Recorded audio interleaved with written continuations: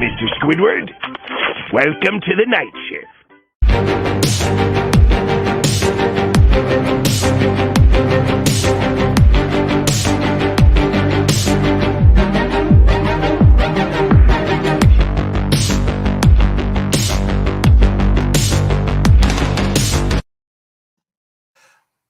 Hello, everyone, and welcome to a special edition of the Night Shift. I'm Lauro Antonio, and with me today is Isaiah Leon. We'll have guys from the Coast to Coast Entertainment Network be joining us shortly here. We have a lot to talk about today when it comes to football, especially the College Football National Championship game on Monday between Georgia and Alabama. And, of course, we're going to be recapping the Cowboys-Eagles game and also the Chiefs' 28-24 win over the Denver Broncos. And we have a lot of debate on that regarding Vic Fangio's future in the Mile High City and more, and also Week 18 games to look forward to tomorrow, which I'm looking forward to talking about as well. And then we'll also talk about the Lakers game tomorrow when they take on we'll take a look here. They take on the Minnesota Timberwolves tomorrow, or something like that. So, anyways, I beg your pardon. The Lakers take on the Memphis Grizzlies tomorrow at the Crypto.com Arena. Pardon me on that. So, Isaiah, how's it going tonight, my friend? And you are in a good mood today, aren't you?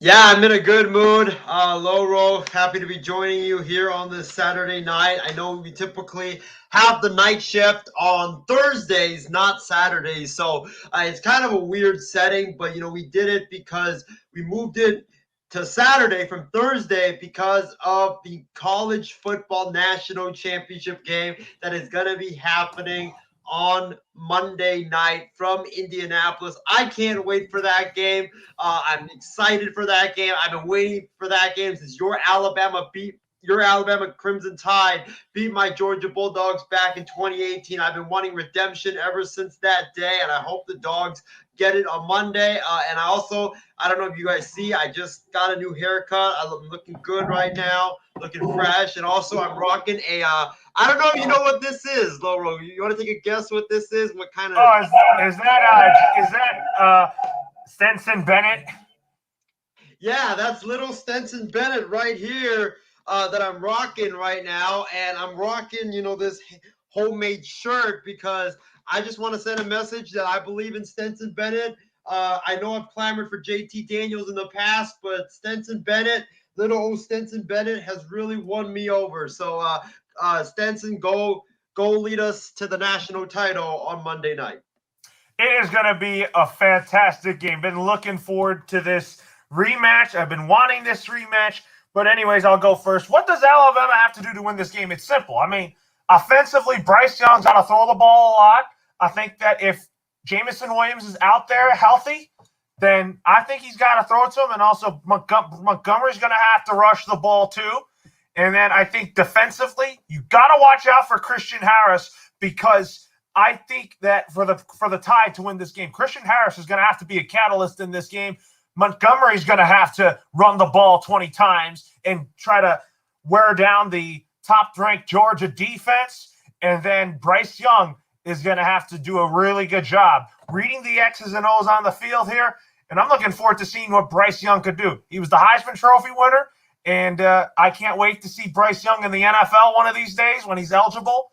But Bryce Young is definitely a guy that definitely is going to be there for the next 2 or 3 years at Alabama before he enters the NFL. I think that he's going to end up being a top 10 pick in the NFL draft in the near future. I think what Alabama has to do to win this game is Alabama's got to get after the Georgia run game and stuff the Georgia run game early on, because you saw when Georgia played Alabama, Lauro, in the SEC championship, the reason why Georgia couldn't really get off to that fast start, even though they led 10-0, but they couldn't really get off to that faster start that they wanted to, is because the run game wasn't there. So once you take away the run game and you make Stetson Bennett have to beat you, I don't know if Stetson Bennett will be able to throw for like 40, 50 times and beat you with his arm. I know that if Georgia can play a complementary football game, which is running the football, the defense playing outstanding football from the defensive line, the linebackers, and the secondary, I think Georgia could win this game. But I think that Alabama, they have to stuff the Georgia run game, get after Stetson Bennett, make him be a passer, make him sit in the pocket and throw the football. And also, they got to double Brock Bowers. I mean, Brock Bowers, I've been saying this for this entire season already. Brock Bowers is a once in a decade or once in a generational tight end. This guy is so good, man. This guy is a freshman, and he's already breaking records, catching passes. If he can work on his blocking, I think he will be an even special talent. I have said in the past that I think Brock Bowers could be the second coming of Travis Kelce or George Kittle. That's how dynamic this dude is. You got to put multiple defenders on Brock Bowers if Alabama is to slow this guy down, because this guy, one guy can't even slow him down. You need to put multiple guys on slow him down and take him away, because he is Stetson Bennett's security blanket. And on offense, slow roll, you got to run the football effectively, try to wear down this Georgia defense, and also Bryce Young.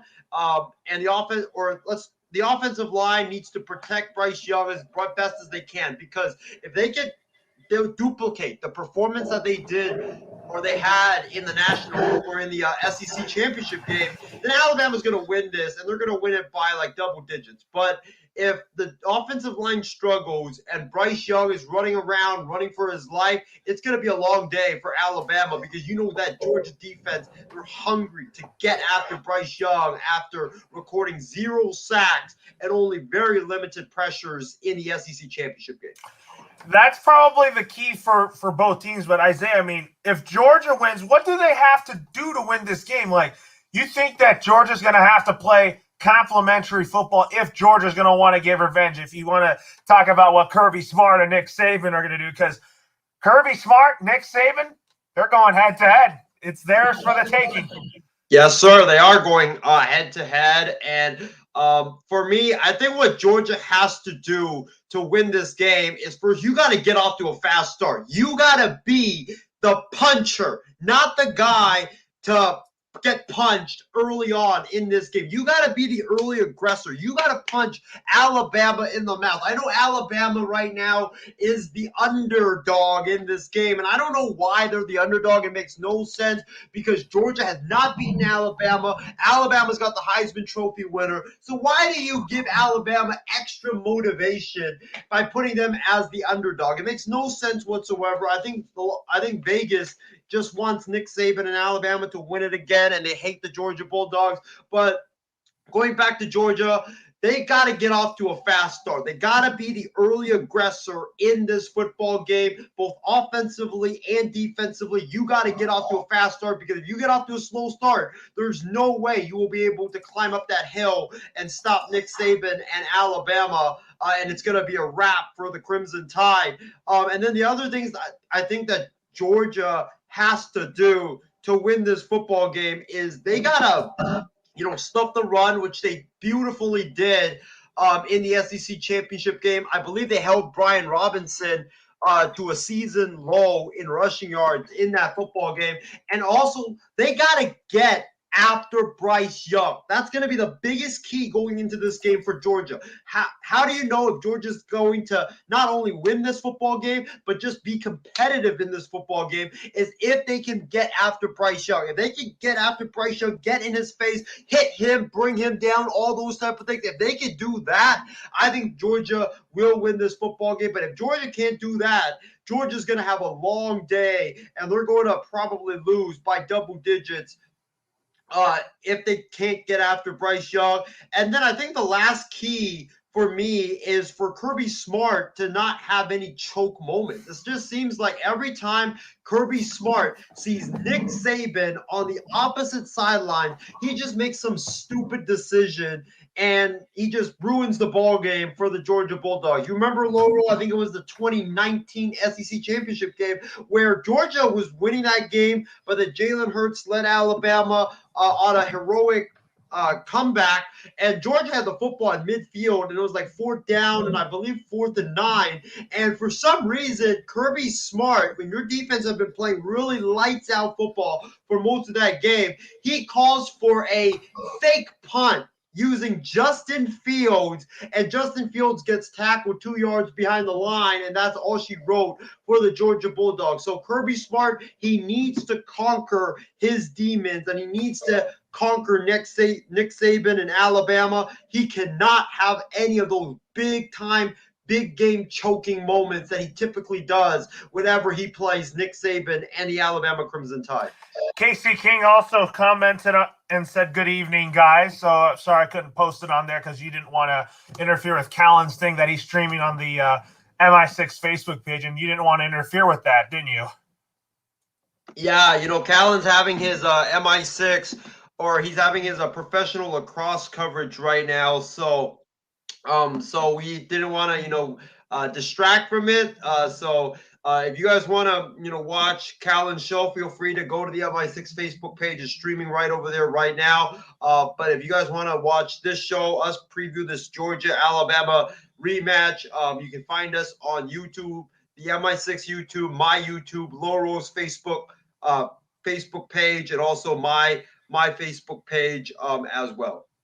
All right. So anyway, what's some of the biggest X factors that will determine the winner of this game? I think for me, it's about Bryce Young throwing the football. And I also think for Georgia, it's about Stetson Bennett having a really good game here. I mean, I want to talk about, like, if you look at this game here, we could see potential NFL players coming in, like Jameson Williams, who I think could be a future Patriot.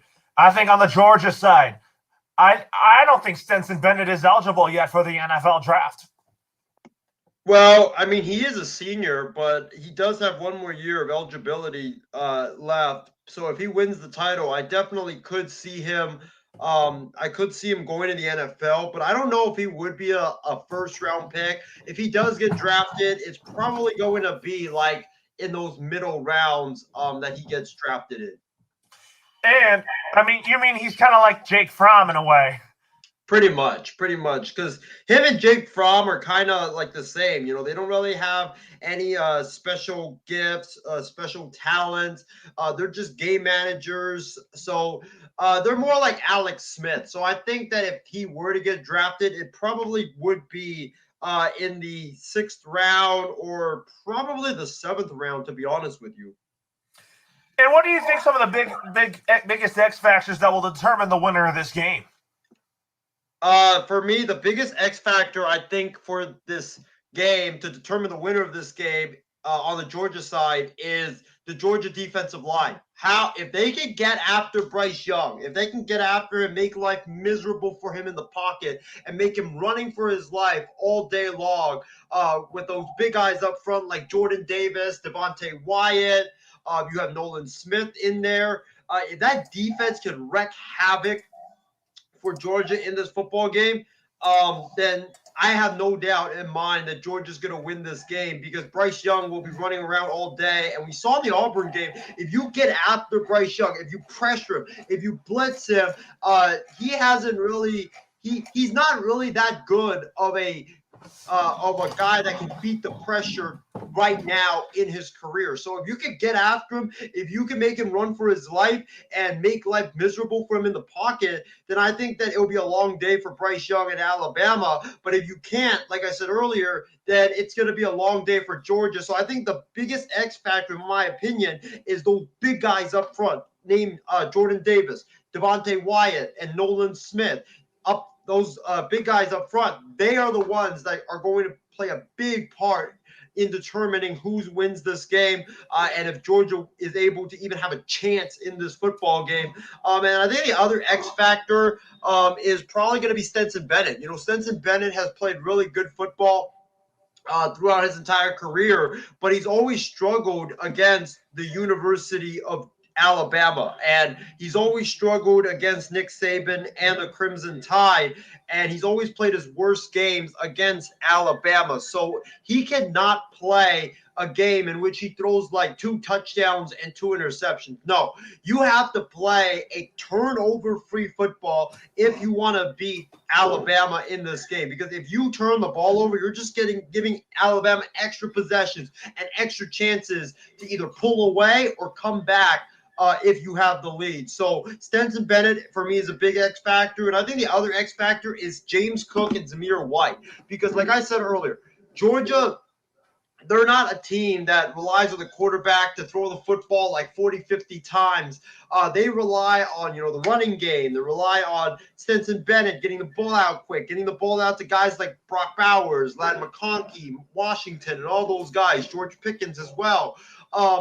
And they also rely on that amazing defense to help carry them. So if the running game can get going, if Georgia can have good success running the football against Alabama, and Zamir White and James Cook can have lots of success on the ground, then that's going to be huge for the Georgia Bulldogs. So those are my keys, big X factors that I think will help determine the winner of this game. Yeah, and for me, one of the things I would say is that Christian Harris, the Alabama defense, is going to have to stop the run here. They got to find a way to not trail early like they did the last time these two teams played. You remember that? It was Georgia was up big, and then Alabama made a comeback until Tua Tagovailoa threw the ball to Devontae Smith. This is the anniversary of the day that it happened.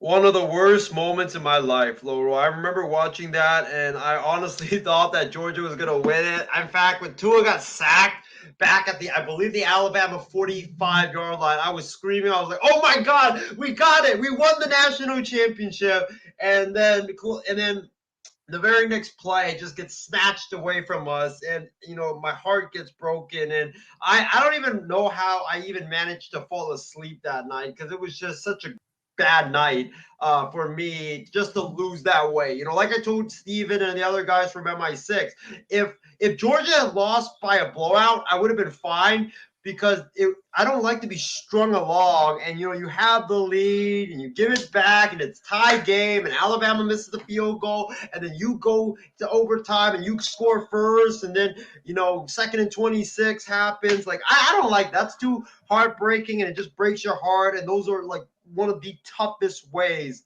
to lose. It is in a way like that. I think that I think that one of the questions heading into this game is, I mean, if you look at 2018, it was when Tua and Devontae Smith were freshmen at Alabama, and now they're in the NFL, and they're becoming really good players in the NFL. So, anyways, is Kirby Smart's legacy on the line in this national championship? For me, I don't think it is. I think that Kirby Smart, if he wins this national championship game, then I think that he's definitely going to get something on his belt. But if he doesn't, then he's going to get a bad reputation. I'll tell you that, Isaiah. This is, I think, the biggest game of Kirby Smart's career as a head coach, because the first time when you went to the national championship, nobody expected it. It was a nice Cinderella story, as we have Big B joining us. Oh, we got Big B joining us. Do we have him? Oops, sorry. Oh, we got him now. We got Big B here on the show joining us. But Loro, like I told you, and I told Big B this, I believe on Wednesday. Georgia, when they went to the national championship the first time around, nobody expected it. So when they lost, it was like, oh yeah, it's Alabama. Georgia, nice Cinderella story. It was a great season for them. But now, a lot of people had pegged you as the favorite coming into this season, me included.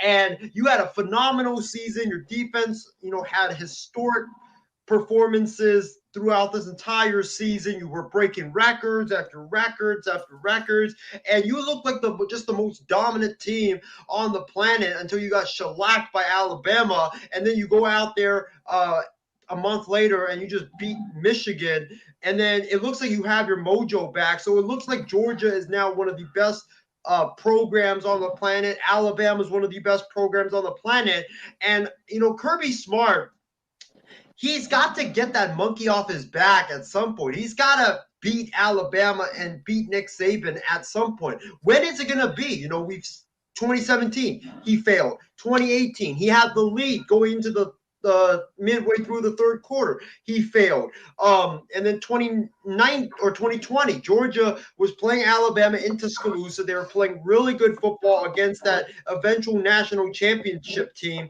from Alabama, and then they choked I believe, a 7-point lead midway through the third quarter because the defense busted a coverage and they gave up a 95-yard touchdown. So, and then this year, SEC championship game, you were clearly the best team in college football the entire season, and you went in there to Atlanta and you laid an egg after you were up 10-0 in the game. So this has got to be Kirby Smart's.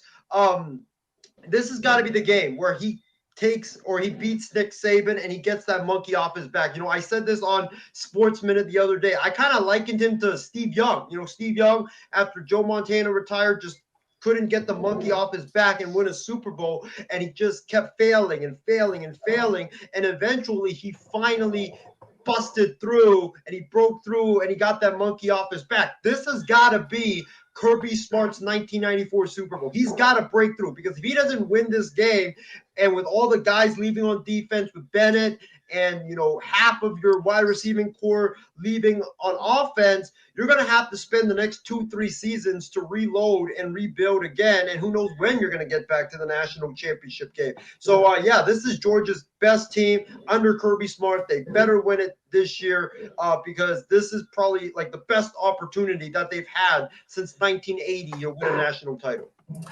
Absolutely. I mean, I think that if Georgia wins, then it's going to be basically Kirby Smart trying to get a national title. And Big B, welcome to the show here. And do you think that, from what Isaiah said, do you think that Kirby Smart's legacy is on the line for this national title game? That's honestly probably the smartest thing Isaiah has said in a while. I mean, you're 0-4, or I don't know if he's 0-4 against Bama, but I know Georgia is 0-4.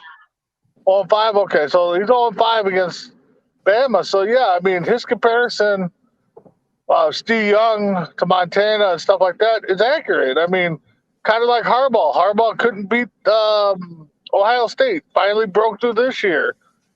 So, this is Kirby Smart's championship game. I mean, he has to have it. I mean, he was the number one ranked team from day one until Bama beat them.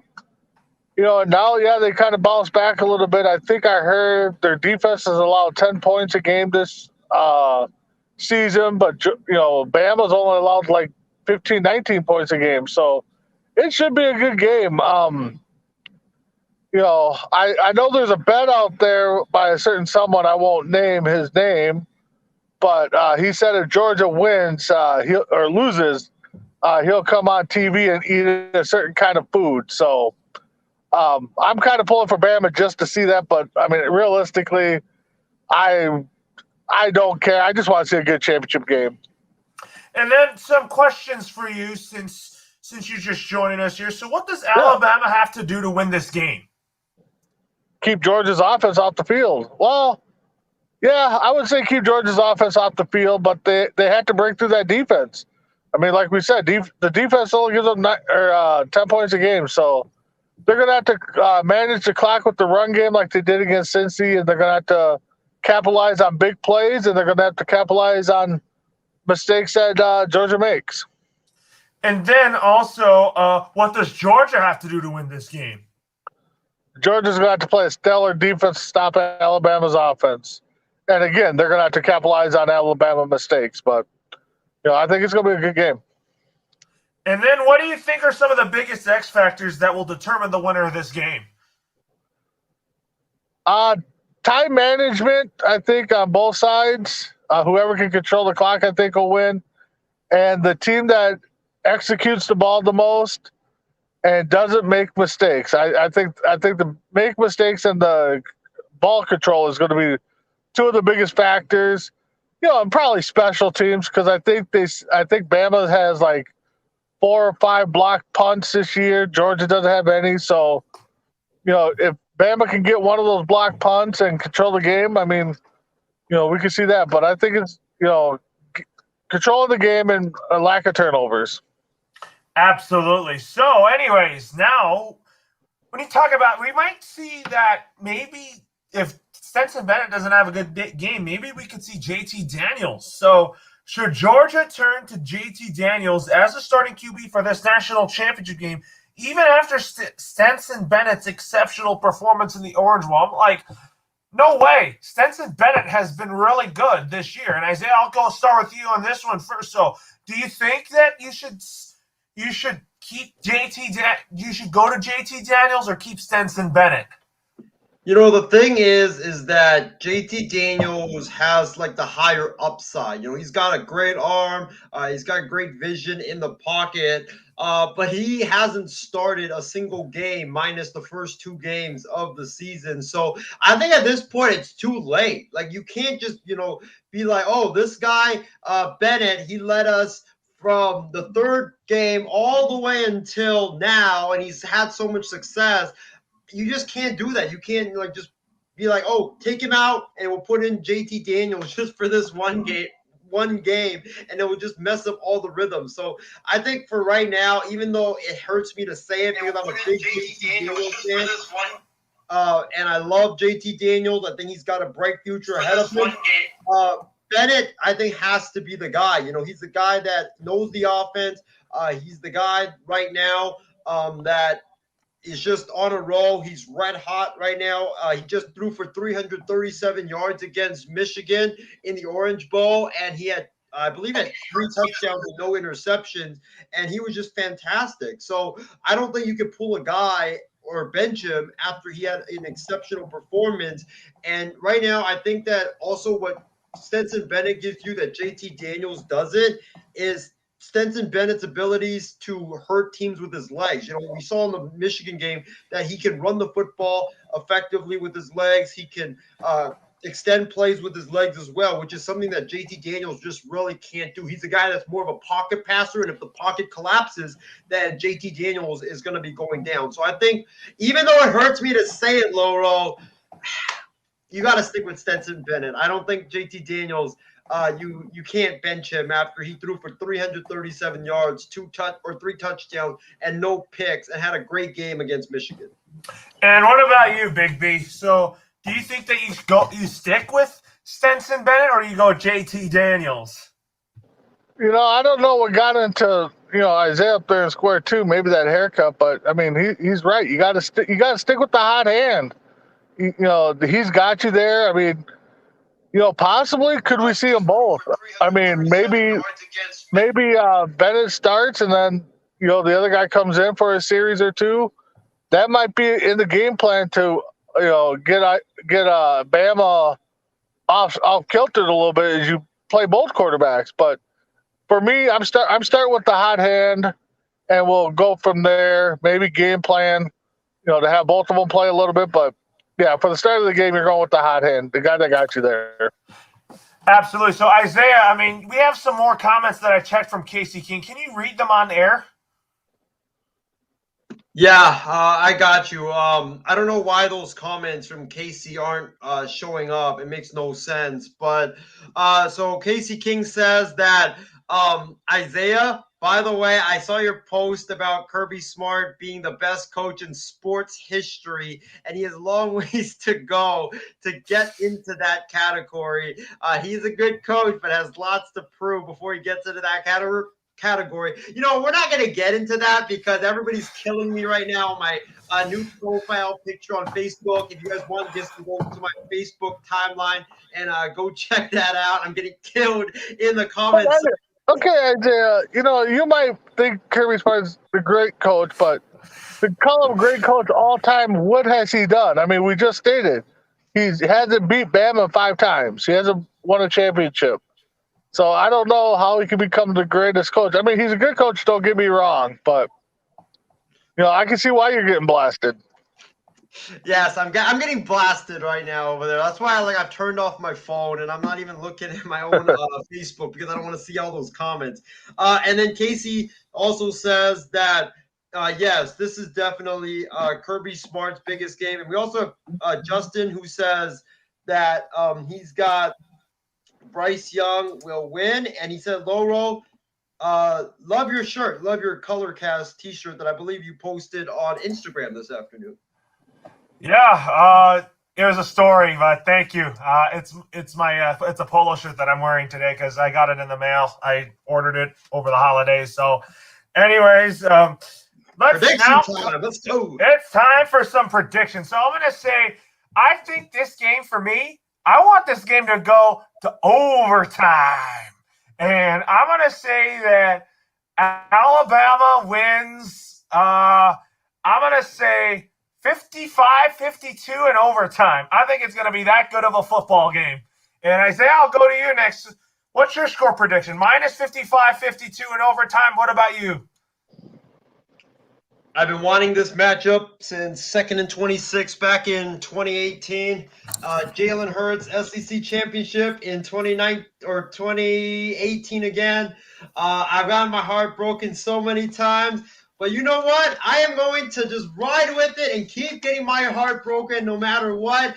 Give me the Georgia Bulldogs. The dogs will be let out on Monday night. Kirby Smart will finally conquer Goliath. He will finally slay the dragon, and he will beat his mentor in Nick Saban. And this little boy, Stenson Bennett, who grew up going to Georgia games that I'm rocking on my shirt right now. This might be a new MI6 merch. Who knows? This little boy who grew up going to Georgia games, big Georgia fan growing up, will lead the dogs to their first national championship since 1980. Give me Georgia winning this game. I'm gonna go 34-31. I think Georgia wins it on a last-second game-winning field goal. And what about you, Mess Around? Big B, I'll go to Mess Around next after this. Oh, you go to me? Okay.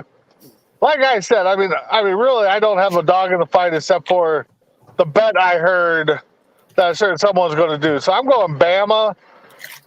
Laura, I like your idea of overtime, but I think if it goes to overtime, Georgia's got the game. So I'm going to go Bama 35, 21, I think. And Bama then, over Georgia. And then welcome Mess Around Dave onto the show. So, Dave, Mess Around, who do you like in this national title game?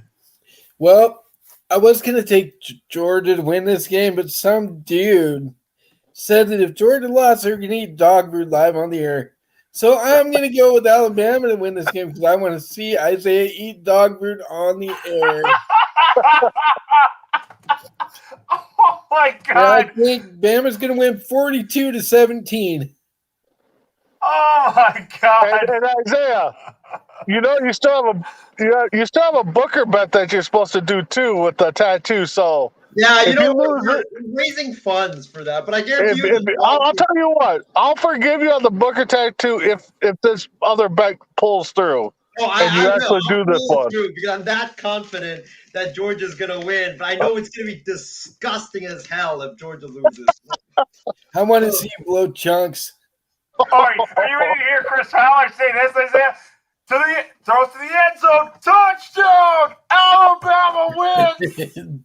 Oh, Isaiah, your Facebook feed is going to be blowing up every time Bama scores at the point. Yep. We're going to be talking throughout this game, guys. Yeah. So, anyways, Mess Around Dave while you're on here. What do you think Alabama has to do to win this game since you're just joining us right now? Do what they did the first game. Keep the same game plan. Obviously, they're going to have to make adjustments here and there because Georgia's obviously going to make some too. But they got to keep they got to hit those explosive plays and to expose that Bama defense. They didn't show up last time. Just do what they did last time. And then also, what does Georgia have to do to win this game? Georgia needs to stop those big plays and create some of their own to win the game. And what do you think are some of the biggest X factors in this game here, Dave? The biggest X factor for Georgia is going to be that defense. They need to show everybody why they were the top defense coming into the year, like they were all year. They need to get back to that, and if they can do that, Yep. they'll win the game. And Bama, then they just need to keep hitting those big plays like they did last game and force And those turnovers. And do you think, mess around, that is Kirby Smart's legacy is on the line in this game? No, they'll retool, reload next year. They'll get back. I don't think one game's going to make or break his legacy. We'll see about that. I mean, they've faced each other a lot, I'll tell you that. So, do you think that if you were Georgia, do you want to turn to JT Daniels to start, or do you want to keep Stetson Bennett? I'd play them both and ride whoever has a hot hand. And then also, let's go on to our college football topic. So, Iowa State quarterback Brock Purdy declared for the 2022 NFL Draft. Did you think that Brock Purdy made the right decision by declaring for the draft, given his struggles this season? And what round do you believe he'll get drafted in? So I'm going to start with you, Isaiah. I think with Brock Purdy, from what I'm hearing from this, he could be a third or fourth round pick. Maybe he could be a starter somewhere. What do you think of this? I thought it was a dumb decision because why would you declare for the draft if you're going to be like, there's many mock drafts of him going from a third round pick all the way to not even being drafted. So why would you even declare if you're probably going to be drafted like in the 5th or 6th round of the draft and guaranteed to either be a backup or even a third stringer? So I think that he should have stayed at Iowa State for one more season because, Iowa State had a magical year the year before last season. You could have rebuilt your value or even transferred and gone to another school and rebuilt your value there. But now you're going to be probably stuck as like a backup or a third stringer in the NFL. But if I have to pick a round he'll get drafted in, probably like the 5th round because the teams are always like gunning for these like backup quarter or these late round quarterbacks to try to get a steal. And what do you think, Big B? Do you think that this was a good choice for Brock Purdy? I don't know. I mean, you struggled. You had your ups and downs. You're projected, like Isaiah said, to be mid-round to not drafted. Possibly go back for another year or get in the transfer portal, go somewhere else, like Isaiah said. But he's coming out. We'll see. He can still go back because unless he signs an agent. But there's a chance maybe his stock grows because we know the quarterback class this year ain't like it was last year. There's not a stud out there. So maybe a team takes a flyer at in the 4th round or a little bit sooner if they got. I can see like a team like Tampa maybe taking a flyer on them late rounds just to have them learn behind Brady or something like that. So, I think it was a 50-50 move. And what about you, Mess Around Dave? What did you think about that decision about Brock Purdy entering the draft? I can't honestly answer that question because I have no idea who the guy is. Oh, just wondering here. But anyways, moving on to the NFL. So let's start talking about the first game is when Patrick Mahomes and the Kansas City Chiefs 28-24 comeback win over the Denver Broncos, and Vic Fangio coach his final game in Denver. And I know all of us have a lot to say off our chest, and I know Isaiah has too. So I'm going to say that for me, did he coach his final game as the head coach of the Denver Broncos? For me, I'm going to say no, because after that 3-0 start and that the Broncos hit a little bit of a wall, I think that Vic Fangio did enough to convince the front office that he deserves another shot for at least another year as the head coach of the Denver Broncos. But if he gets fired, it's because George Patton, it's not his guy. George Patton might want to lure Mike Zimmer away from Minnesota if Mike Zimmer ends up getting fired here, which we'll talk about, and Big B has a lot to get off his chest on that as well. So anyways, Isaiah, I'll go to you next on this one. So my opinion is that I don't think that this is Vic Fangio's final game as the head coach of the Denver Broncos. I felt like that they did, and he has done enough to save his job in Denver. Even though that he's not made the playoffs, he doesn't have a good coaching record. He's still, I'll tell you what, Isaiah, he's a really good coach. He's a good motivator. He's a really good defensive-minded head coach that can build elite defenses like he did with Chicago, San Fran. And I think you could agree with me on this, Isaiah, that you think that this probably could be the last game that you would see Vic Fangio as the head coach of the Denver Broncos. I think sadly it was his final game because even though I don't think he should be fired, since I think the defense played outstanding for the Broncos. I think the Broncos had like a top 5 defense in the NFL this season. The players, I felt like, especially in the last game, they just quit on him. I mean, the defense gave up 35 points in this game. In that game, today they only gave up 27, or I think they gave up 28 points, actually, 28 points, but they only actually gave up 21 to the Chiefs because one of them was a fumble return that Melvin Gordon, I don't know how you fumble that football. He puts it on the ground, and then the Chiefs guy picks it up and runs it 80-some yards back for a touchdown. So that was like the season killer right there for the Broncos. It wasn't like the defense was bad. It was just the offense was terrible. I don't know. I mean, today they were pretty decent with Drew Lock. First of all, I don't know how Drew Lock wasn't the starter from the beginning. And secondly, I don't know why it took so long for Pat Shurmur, the Broncos offensive coordinator, to pull out all those like cute trick plays that he did today in that game. Because if he had pulled that out sooner, I guarantee you we probably see the Denver Broncos in the postseason. But this season, it was just so much conservative offense and one of the worst offenses I've seen in my life watching the NFL. I don't know how Pat Shurmur is still the offensive coordinator of the Broncos. Makes no sense. But, Drew Lock should have been the starter. For Denver, their defense is good. It's really good. They just need a quarterback. They really need a quarterback, and I think they have to go out there and get, a Russell Wilson or an Aaron Rodgers or whomever that is available on the veteran market. And if you have those guys coming in paired with that defense, watch out for Denver next season because I think they're going to be really, really good. But Vic Fangio, like you said, Laurel, George Payton wants his own guy. So I think that he probably has coached his final game for the Broncos, even though I don't think he personally should be playing. I also want to add another point here, Isaiah. I think what really costed the Broncos this game, instead of going for it on fourth down and 1 or 4th and 3 right on the goal line, I would have gone for it if I were Vic Fangio instead of kicked that field goal.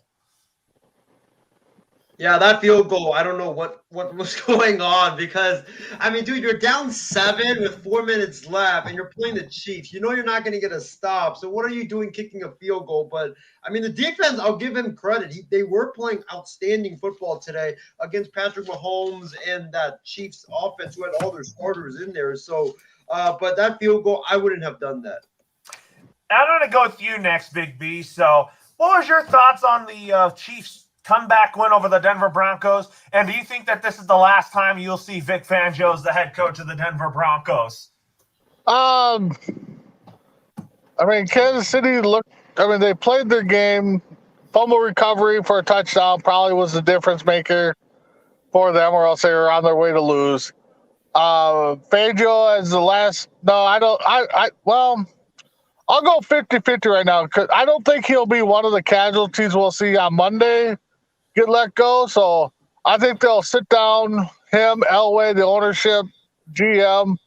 They'll all sit down and talk about what they want. And if they can't come up to some kind of agreement, then, probably end of the month, I can see them saying they parted ways, and they're going to start looking for a new coach. But I don't think he'll be one of the casualties we see Monday for sure. But I say give him time to work it out because, like you guys said, he's done good things. They were up and down. They need a quarterback. We know the rumors. We've heard the rumors. So, I guess we'll just wait and see what the drawing board brings for the Broncos. But I'll be shocked if he's gone on Monday, I'll say.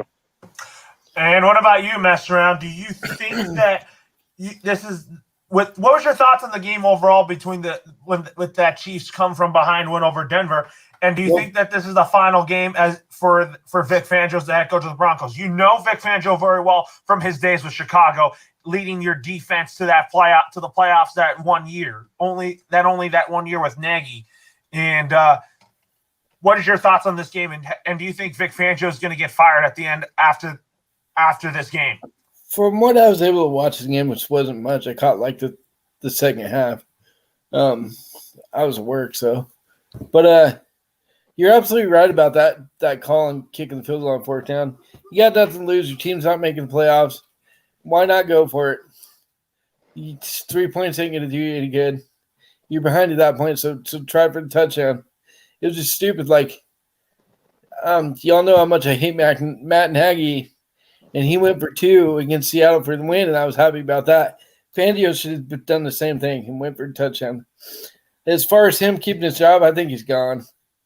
He's done. Pat is going to want to get his own guy in there. Yeah, George Patton's going to want his own guy in there, that's for sure. But the question for you, Isaiah, is have you think that Vic Fangio, with Drew Lock, the way he played today, he played really good today, I'll tell you that. Do you think that he convinced the fans that he can have another shot at the starting quarterback job for the Broncos? I think that if I were the fans, I would, because I would give him another chance in a different offensive system, because Pat Shermer's that bad of an offensive coach that, he shouldn't even be coaching high school football, let alone the NFL. But I don't think for Drew Lock's sake I would even want to be there, because the fans don't like me. The offensive staff didn't put me in position to succeed. Fangio publicly called me out several times. So if I'm Drew Lock, I'd say the hell with it. I'm getting out of Denver and going somewhere else and getting a fresh start. Yeah, he should be a starting quarterback, but his chance of being a starting quarterback will be elsewhere, guys. So anyways, the Cowboys blew out the Philadelphia Eagles. Both teams pretty much had nothing to play for, but the Cowboys put up 50-plus points. Gardner Minshew stepped up nicely. It was like a back-and-forth game in the first half, but in the second half, it was all Cowboys here, guys. So I'll start with you, Isaiah, on this one here. What was your overall reaction of the Cowboys-Eagles game? I mean, the Eagles just rested their starters, and they just had Jason Kelce play one snap. Devontae Smith didn't play much. Jalen Hurts was out because of an ankle injury. They're going to need him healthy for next week and all that. And Gardner Minshew was just Gardner Minshew.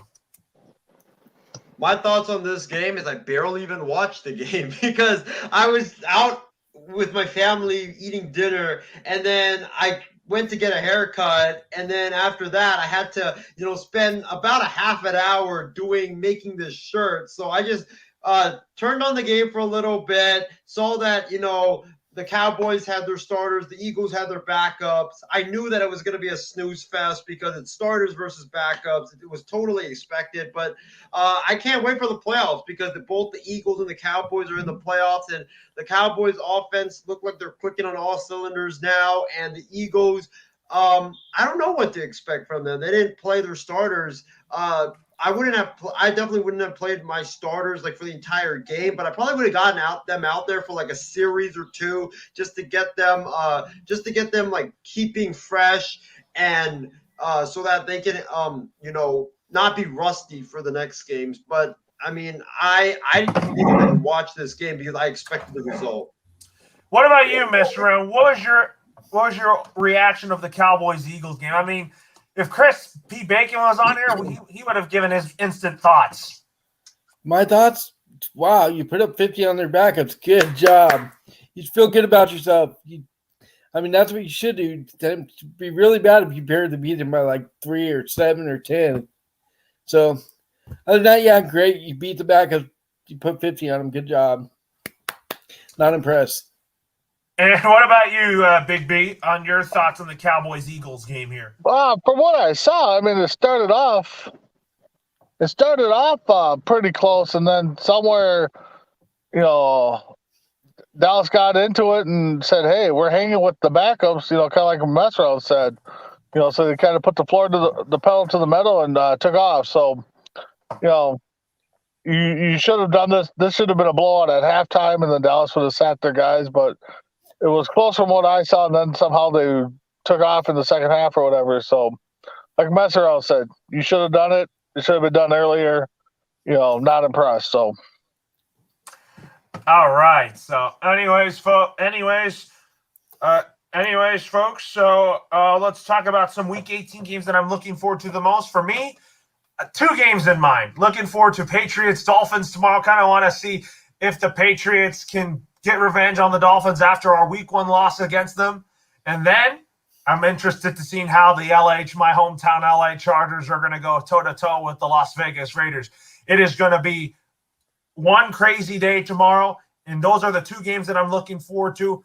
But as much as I want the Chargers to beat the Raiders tomorrow, Justin Herbert has a lot left. He has a higher ceiling, and he's a guy that is going to lead the Chargers to the playoffs for a long time. But let Derek Carr have his moment to play in the playoffs. So that's kind of like my thinking there, that the Raiders will probably win the game tomorrow, just because I really think that Derek Carr is due to play in a playoff game. Isaiah, which Week 18 game are you looking forward to the most? And do you think that we'll see Derek Carr in a playoff game for the Raiders? I'm actually looking forward to none of the games tomorrow because my focus is on the national title game on Monday night. But in all seriousness, there's only one. 49ers and Rams, because if my Niners lose that game and the Saints win, we're out of the playoffs. If the Niners win that game against the Rams, we make the playoffs. So that's the only game I'm going to be watching. And don't tell my boss this, but I'm going to bring my phone, bring an extra long charger, and I'm going to listen or watch the entire game while at work tomorrow because I need my Niners to make the playoffs. I'm hoping for a great weekend. My Niners make the playoffs and beat the Rams, and then the Dogs beat Alabama and win the national title. So looking forward to a great weekend. Hopefully it's a great weekend, but who knows? It's either going to be a great weekend or it's going to be an absolute terrible weekend that I don't even know I'm going to be able to show my face on Monday morning or Monday night. Yeah, you mean on Wild Sports Talk on Monday night with Adam and me. Yes. And then I want to go with you, Big B. Which Week 18 game are you looking forward to the most? Right now, I mean, it's the games on the AFC side because I think there's like 4 teams left to get into the playoffs. I think if the Jags can somehow upset the Colts, then all the Raiders and Chargers have to do is play to a tie, and they're both in. Steelers could win, but they still need some help. The Ravens could win, and they need a lot of help. So those games on the AFC side are more intriguing than the one playoff game with the Rams and Rams versus the Niners and Saints versus the Eagles or Falcons. So I'm more intrigued with the AFC side of the playoff picture, and I'll be watching those games as much as I can. And what about you, Mess Around Dave? Which games are you looking forward to the most in Week 18? Well, Big B alluded to the Colts, if they lose to the Jags, all the Raiders and Chargers have to do is tie. And there was a meme going around saying that all the Chargers and Raiders have to do in that event is take a knee for 15 plays, and they tie. Yep. Wouldn't that be funny to see? Yep. That'd be awesome. They won't do it, but it'd be funny. That's pretty good there, Mess Around. The one I want to see is the Bears-Vikings because it's the last time I get to see my Bears play for the year. And it doesn't mean anything. It's pretty much the last games that Matt Nagy and Mike Zimmer will probably be coaching with their team. So, anyways, Justin has a question for me. So we'll read that question in just a little bit. So while we're on that topic here, so I'm going to just go with Big B on this one here. So the Vikings are expected to move on from head coach Mike Zimmer, but keep GM Rick Spielman. What are your takeaways on this, Big B? Because I know that you are a big-time Vikings fan. And what is your thoughts from the Vikings moving on from Mike Zimmer, but keeping Rick Spielman as the GM? Keeping Spielman as the GM, I mean, he is the money guy. He's kind of the money whisperer. He can renegotiate these contracts. So keeping him. Oh, I think we lost Big B. Yeah, we lost Big B. Oh, man. We were talking about, Mike, what's your thoughts on, Mike Zimmer being fired here? So we got him back.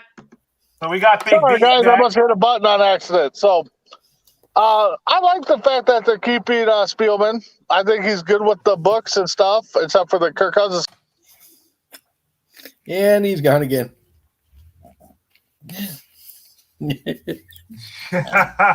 He said the better go kick Kirk Cousins got him booted. Maybe Mike Zimmer, owns his Wi-Fi and is just like shutting him off every time he wants to talk bad about him or something. Right. I know, like that's pretty good here, but anyway. So, what's your thoughts on Mike Zimmer being fired, and also the Vikings are to keep Rick Spielman? Me or Dave? For you, Isaiah. If I'm the Vikings, I honestly would have just cleaned house because I think that Spielman's been there for a long time, and Zimmer's been there for a long time. I think it's always good just to have a fresh voice, and I think that when you've been in an organization for so long, your voice just gets stale, and it's time for some fresh ideas, and I think that's what needs to happen in Minnesota. It's good that you're firing Zimmer because I think that he's been there a long time. I think it's time for him to go. But I don't like them keeping Spielman. I would have fired both of them and just let the new coach or let the new GM that they bring in pick his own coach, and the coach pick his own GM so they can work together in tandem instead of you forcing a coach to work with a GM that he's got no relationship with. So I would have fired them both because I just think Minnesota, it's time for a new culture. It's time for a new start in a new chapter. And what about you, Mess Around? Oh, I thought Zimmer should have gone last year. To be honest with you, the guy was good for the first few years. I think he's better off as a DC than he is a coach. And I agree with Isaiah. If you're going to get rid of one, you might as well clean house and get rid of both of them. Even though Spielman has found a lot of good draft picks, he's good. Like Big B was trying to say, he's good with signing people, restructuring contracts, keeping the cap good. But yeah, if you're going to get rid of one, you might as well just start fresh. Yeah, you're going to have to start. I mean, I think Rick Spielman is still the right person to be the GM of the Minnesota Vikings, but Big B, Justin has a question for me. So, and then we'll go to our panel here. So he says, can the Jets win tomorrow against the Buffalo Bills? And I'm going to say, in my head, I would hope so, just because I'd want my Patriots to win the AFC East. But at the same time, I just think that the Jets are that bad. They've been playing really good football as of late. Zach Wilson has played great, showing his potential. But at the same time, I think the Bills are probably going to beat the Jets. I just think that my Patriots will still beat the Dolphins, I hope. Or maybe the Dolphins could just push us down to the 7th seed since the Dolphins have nothing to play for tomorrow. I think Tua Tagovailoa has been really good since coming back, and he's showing the fans of the Dolphins that he is their guy going forward. And I think the Dolphins want to spend money to build their team around Tua Tagovailoa. So Isaiah and Mess Around, I'll go to you on this one. So can the Jets beat the Bills tomorrow? Justin wants to know that because he's a Patriots fan like myself, and he wants to see if Zach Wilson and the Jets can beat Josh Allen and the Bills. Isaiah, you go first. It depends if the Bills are resting their players. If the Bills are resting their players, then I think they could because you're playing starters versus backups. But if the Bills players are actually starting, the starters are starting, then I don't think they can because I think that the Jets are just way too less talented than the Bills. I think you're going to see Josh Allen and them all start tomorrow just because they have something to play for. We'll see. I don't know, but I mean, they do have something to play for. You're right. So we could see the starters out there, but I don't know. Because the Bills. This is the thing about the Bills. They always seem to every time you look at them, they have one game that you're like, wow, this team could be a Super Bowl team, and then they follow it up by losing to the Jaguars. So I don't know what Bills team we're gonna actually see. You're absolutely right. And then Mess Around, what is your thoughts on this question? Can they beat the Bills? Sure. Any given Sunday, right? Will they beat the Bills? Probably not. Yeah, it's the NFL. I mean, talk about the NFL being a really good league here. So anyways, folks, it has been a fantastic show. And looking forward to the extra point tomorrow. Isaiah will probably be joining me then, along with the guys then. So it's time for some final thoughts.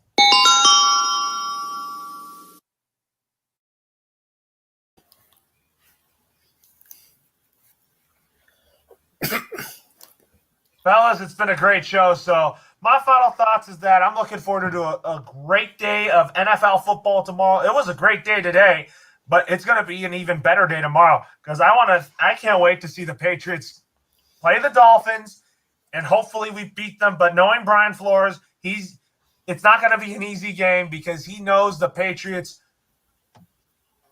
very well. But anyways, the MI6 network has a developing story here. Dolphins owner Stephen Ross is pondering firing Brian Flores to chase Jim Harbaugh. Ross has wanted Harbaugh for years and fantasized about Jim Harbaugh to the Dolphins. And I think that is huge news. So where did you find that source, Isaiah? From Jason Lockenfora of CBS. He reported it from Pro Football Talk. I was reading it just now that the Dolphins owner is actually he has thought about firing Brian Flores to get Jim Harbaugh because he actually went to Michigan. Ross went to Michigan. He is one of Michigan's biggest donors and boosters. And his thinking is, if Harbaugh leaves Michigan, why not come to my team? And he's been wanting Harbaugh for years. So I don't know. There's so many teams that want Harbaugh. Dave's Bears, the Raiders, and now maybe even the Dolphins. So, but I do think that Harbaugh's gone from Michigan. I think he's coached his last game in Michigan. Now we'll see where he goes. But if I'm the Dolphins, would I fire Brian Flores for Harbaugh? I mean, I don't know, honestly. I really don't know because I think Brian Flores is a good coach. But Harbaugh's a winner, so he can change the culture just like that. So, actually, I would probably do it. I would probably fire Flores to get Jim Harbaugh. I don't think that's going to happen. I think that Brian Flores will remain the Dolphins head coach next year. What do you think, Isaiah? I don't know, man. Stephen Ross this is like the whole Mark Davis, John Gruden situation. You guys remember Mark Davis wanted John Gruden for like 10 years, and he finally got his guy. Well, Stephen Ross has been wanting Harbaugh ever since Harbaugh was with my 49ers. I know that for a fact because when Harbaugh was about to get fired by the Niners, there were reports that Ross wanted to hire him and interview him, and then he jumped to Michigan. And every year at Michigan, there's always this rumor that Harbaugh to the Dolphins with Stephen Ross and stuff like that. So I think that, if Harbaugh's really available, sadly, Laurel, I think that Brian Flores has coached his last game with the Dolphins because I think that it's just too much for Stephen Ross to turn down Harbaugh, who he wanted for years. And then what about you, Mester? What are your final thoughts? I'll go to your final thoughts first, Isaiah. You want my final thoughts or Dave's final thoughts? Your final thoughts. Oh, okay. Final thoughts. Great show. We previewed this national championship game in depth tonight and covered all the details. So looking forward to the game now. Looking forward to see the product on the field. But before that, looking forward to finding out tomorrow if my Niners make the playoffs or not, because I know that if they don't, I'll be super disappointed.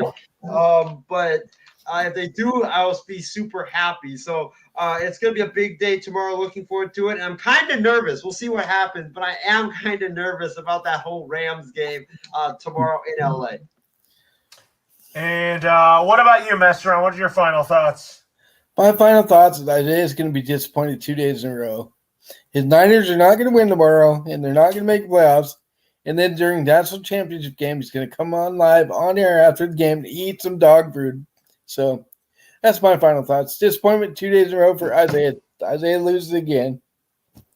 All right. Anyway, so don't forget to catch the extra point tomorrow, and looking forward to that. And anyways, folks, with that being said, for Mess Around Dave, Brandon Herrera, I'll see you tomorrow on the morning tailgate tomorrow, Dave. Yep, I'll be there. And Isaiah, I might see you tomorrow on Extra Point. Maybe later on in the program because I'm actually going to be doing the show from the airport, so we'll see what happens. Just don't say bomb. We're not. I'm definitely not going to do that again. Oh man. Anyways, with that being said, everyone, I have a good night, and we'll talk to you tomorrow for Extra Point.